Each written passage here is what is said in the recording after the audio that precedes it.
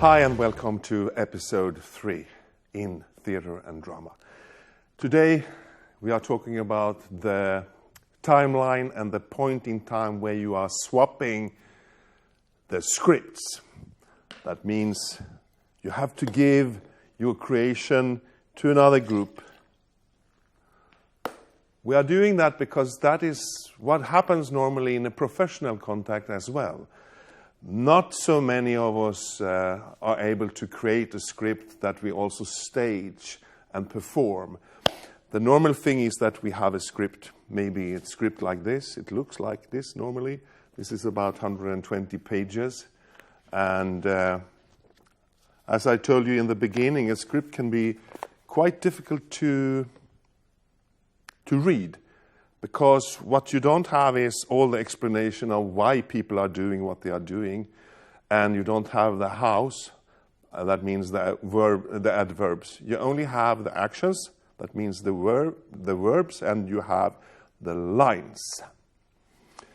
And as I said last episode, you calculate a script, 100 pages, maybe it will be about 1.5 hours or nearly 2 hours long when you are doing the performance. So, what is the first step now when you have a new script in your hand? Because every group will now have a new script, maybe 3 or up to 5 pages. They have to read it in the group. So they sit down, read it. And I want you to think reading neutral, because by all of a sudden, coloring the words, you start to assume things. And I don't want you really to start to assume, even if your brain wants to understand, what is this about? So first you read it through out loud, neutral. And then you start to think, what could this text be about? So you have to use, again, your imagination. You don't have to figure out what is the background in the other group's creation? What did they want to tell with this story? Because now we actually are creating an interpretation, not a translation of the text. We are not reproducing something. We are creating something new. That's why also we read it neutral. And as you know, a line can later be said in many ways. At least if I have a line like, "What is this?" You can pronounce it in 3 different ways, depending on where you put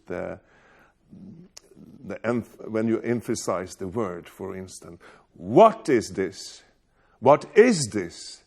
What is this? There's 3 complete different meanings of this simple sentence. And first you have to ask yourself, what could be told by this sentence? And then, after this process, you decide, this is what we want to use this story to tell about something important for us, using our own experiences. Then, all of a sudden, the key will open also for how to say the sentences and the lines. But first of all, don't focus so much on the lines. Even if I now will show you 10 lines, they are also presented in the textbook. And I want you to have a look at the lines. They are created randomly, actually. They are not meant to create a context or a situation. But if you now read it line by line, you will already start to see, and using your imagination, you are seeing a situation. This is how a text opens for you and your imagination and creativity.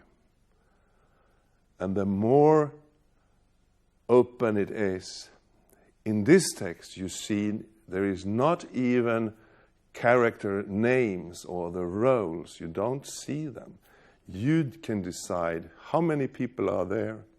Maybe some of them are silent. Maybe some are talking all the time. And maybe someone all of a sudden enters. So this is what I want you to do in the group now. First have a look. What can be told? Then you decide from your own experience, what do we want to tell with this story? The only thing you are not allowed to change now is the lines, that mean the dialogue. You can change the setting, the place. You can merge characters. You can put them together, or you can delete characters. You can even add characters. But the lines, the dialogue must be kept. The only thing that is important, that matters, is you tell your own story. You have created an interpretation. And the whole group start to decide. The next step now, and that's the 4th episode, will be about investigating and rehearsing. So, see you in the next episode. Thank you for watching.